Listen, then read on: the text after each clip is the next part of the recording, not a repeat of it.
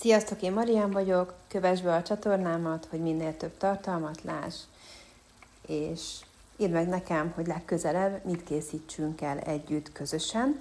Most egy nagyon finom és könnyen elkészíthető nyári ebédötlettel jövök nektek, ami a paradicsomos, tonhalas tészta lesz, nagyon finom zöld fűszerekkel. A hagymát zsíron kockára vágtam, és elkezdtem dinsztálni.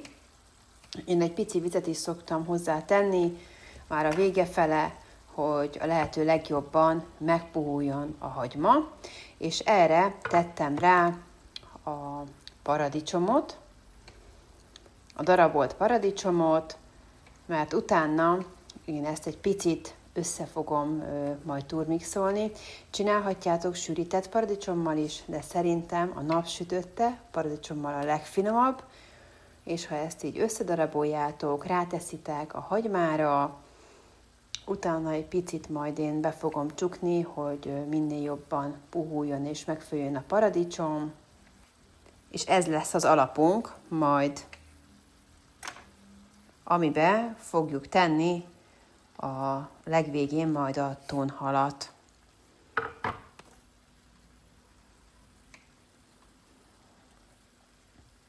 Közben én ugye kivágom a rossz részeket, ennek a pipik nagyon fognak neki örülni. Ebben a nagy melegben nekik is jól esik az ilyen lédús zöldség.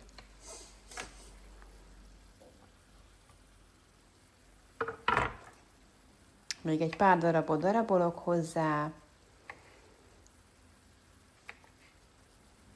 és ha ez kész, akkor majd mindjárt fogom azt is mutatni, hogy be fogom takarni, előtte egy picit meg fogom sózni. Gyönyörű színe van a paradicsomnak, itt megsóztam, összekeverem egy picit, és betakarom, és picikét összerottyantom az egészet. Teszek még rá, mindjárt a só után egy pici fekete borsót,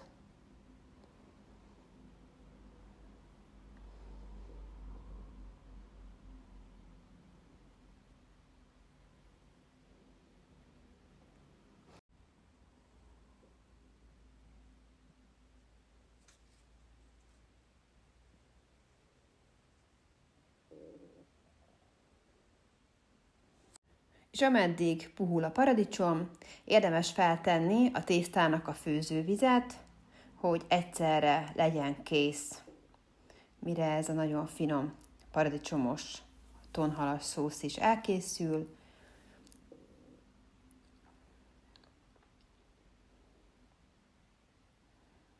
Itt már lehet látni, kis idő elteltével már, hogy kicsit levet engedett már a paradicsom.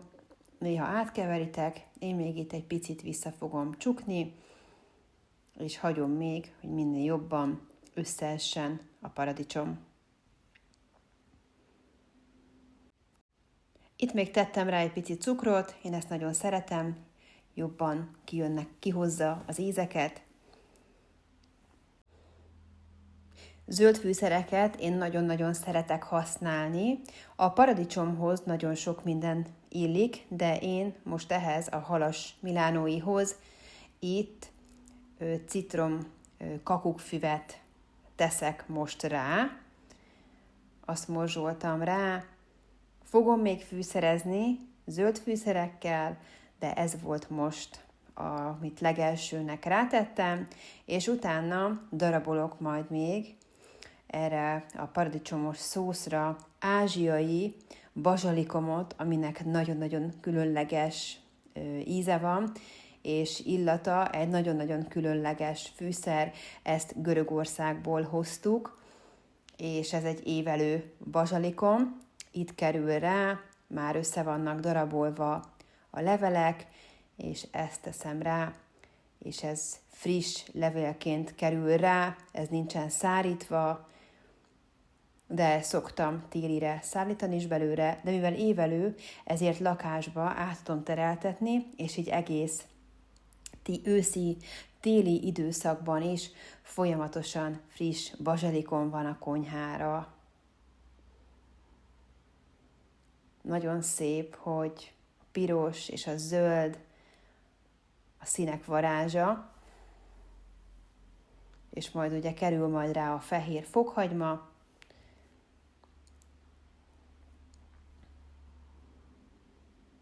itt is picit lehet várni, hogy összerotyogjon, és ha egy kicsit vártál, akkor érdemes, mert én nem szeretem a paradicsomnak a héját benne, én szeretem, hogyha ez ilyen szószos jellegű lesz inkább.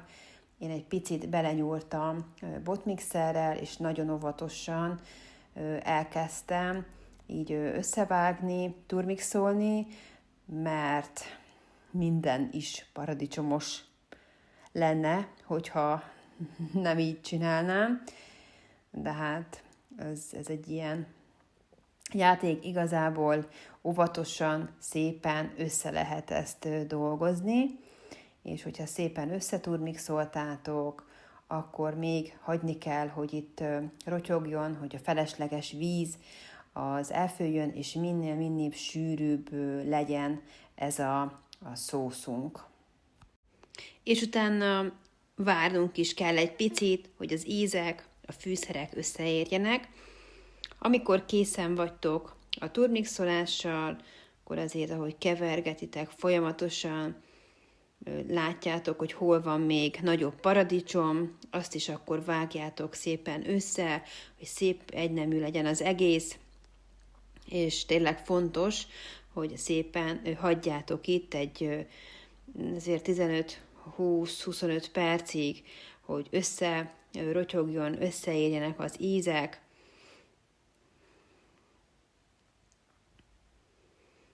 És amikor már elfőtt a víz, ugye akkor fogjuk majd rátenni a legvégén a tonhalat. Itt azért lehet látni, hogy én óvatosan turmixolom, nem szeretném, hogyha kicsapná a paradicsomot a botmixer. Próbálok óvatos lenni, itt is isteni finom az illata, ugye ez az ázsiai bazsalikom nagyon-nagyon különleges fűszer, viszont ha nincsen, akkor sima bazsalikom, oregánó, fokhagyma, az is tökéletes párosítás ehhez a paradicsomos tonhalas tésztához, azzal is el tudjátok készíteni. De ha Görögországban jártok, akkor mindenféleképp próbáljátok ki, nézzétek meg, hogy ez milyen, mert nagyon különleges. Mi is ott egy milánói ebédeltünk, amikor ott éreztük, hogy ez valahogy más, mint a miénk, és ott jöttünk rá, hogy náluk a bazsalikom az más, mint nálunk, és akkor elkezdtük keresni ezt a növényt, és akkor találtuk meg ezt a különleges ázsiai bazsalikomot. Amikor kész van ugye a turmixolás, akkor betakartam még, néha kavarjátok meg, hogy nehogy leégjen, és ugyanúgy nyugodtan takarjátok vissza, itt még lehet látni, hogy sok benne a víz, itt még nyugodtan takarjátok vissza. És ami fontos, alacsony lángon legyen végig. Itt egy picit én kóstoltam, egy nagyon picit még én sóztam, és fogom majd beletenni most már folyamatosan a zöld fűszereket. Itt teszek bele szárított oregánót. Ezzel is egy picit még visszatakarom, hogy ugye jó megázzon a zöld fűszer benne.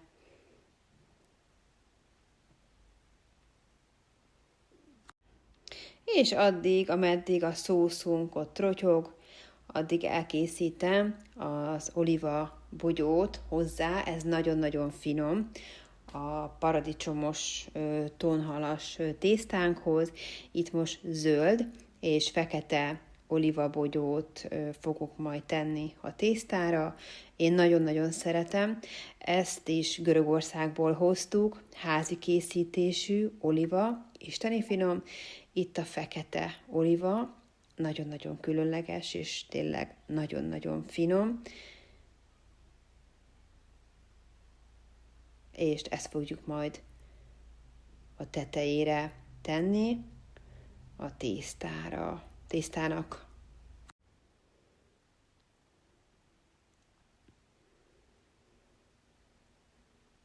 Közben le tudjátok reszelni a sajtot, mindent elő tudtok készíteni, ameddig ez a szósz itt rotyog.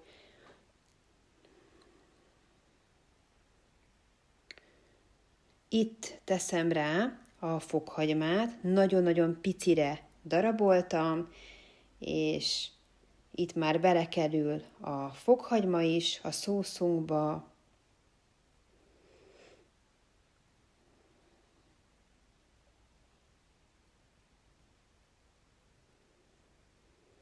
Picit elkeveritek.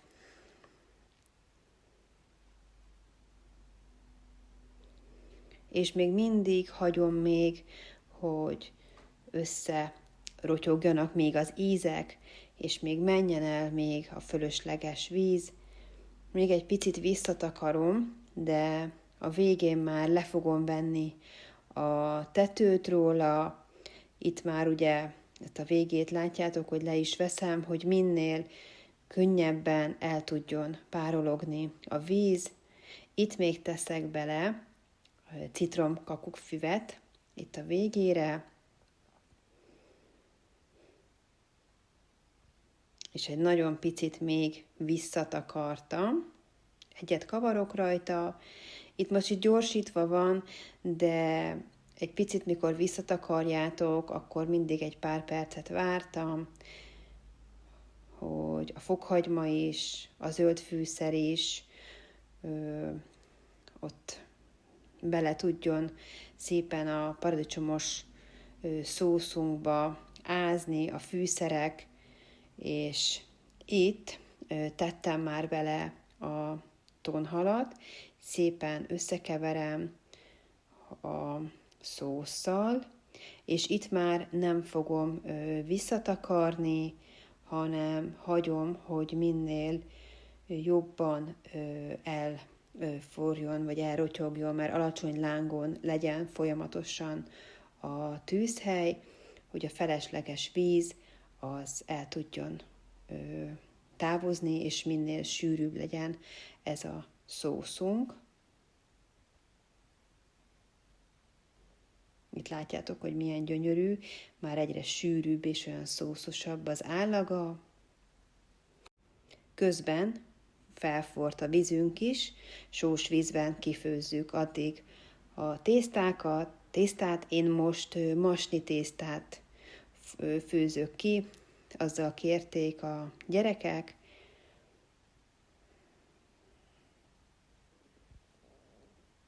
És ha a tészta kész, akkor csak leszűrjük, és a tésztával nincs is különösebb dolgunk. A szószon néha azért egyet keverjetek, nehogy leégjen, alacsony lángon legyen, és szépen hagyjátok, hogy ott picikét rotyogjon, hogy tényleg a felesleges víz még menjen ki, de most már lassan kezd jó lenni az állaga. Itt meg tudjátok kóstolni, ha kell még, akkor tudtok beletenni sót vagy borsót. Én még tettem bele egy kis szárított csilipaprikát, mi nagyon-nagyon szeretjük, hogyha csípős egy picit. Itt előkészítem a tésztának a helyét, fekete olívaolajat csurgatok egy picit a tészta alá, és ezzel fogom összekeverni a kifőtt tésztát. Ez nagyon-nagyon finom, és jó, különleges ízt fog adni a tésztának, és ugye segít abban is, hogy ne ragadjon össze a tészta, ezzel szépen át tudjátok keverni, hogy mindegyik tészta kapjon egy pici kis olívaolajat, és ha ez kész, akkor már csak a tálalás következik, a paradicsomos szósz, a tészta, sajt és olívabogyó a tetején. Jó étvágyat!